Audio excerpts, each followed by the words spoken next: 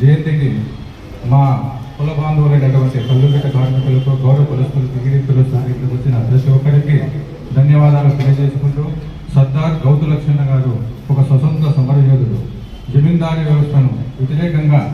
పోరాడి స్వతంత్ర ఉద్యమంలో తన 21 ఏట గాంధీజీ పిలుపు మేరకు స్వతంత్ర సమరంలో పాల్గొన్నటువంటి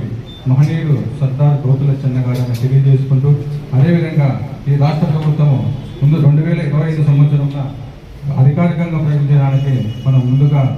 తెలుగుదేశం పార్టీ వారికి ధన్యవాదాలు తెలియజేసుకుంటూ, అదేవిధంగా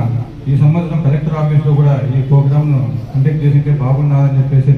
అదొకటి కొంచెం బాధాకరంగా ఉంది. నెక్స్ట్ ఇయర్ వచ్చేసి మీరు కలెక్టరేట్లోనే మీరు ఈ ప్రోగ్రామ్ కండక్ట్ చేస్తే మా ఈడీ కులస్తులందరికీ మీకు ఇప్పుడు దొరకడే ఉంటామని తెలియజేసుకుంటూ, అదేవిధంగా 2020 సంవత్సరంలో మన స్థానిక ఎమ్మెల్యే గారు సర్దార్ గౌతు లక్షణ గారి విగ్రహాన్ని నెక్స్ట్ జయంతికంతా మీకు ప్రతిష్ఠిస్తామని చెప్పేసి మాట ఇచ్చారు. కానీ కొన్ని అనివార్య కారణాల వల్ల ఎమ్మెల్యే గారు కొంచెం డిలే అయ్యాడు. నెక్స్ట్ సంవత్సరం 2027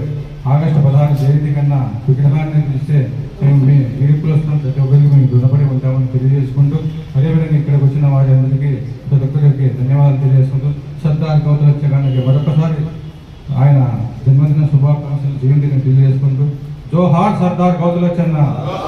జోహార్ సర్దార్ గౌతు లక్షణ, జోహార్.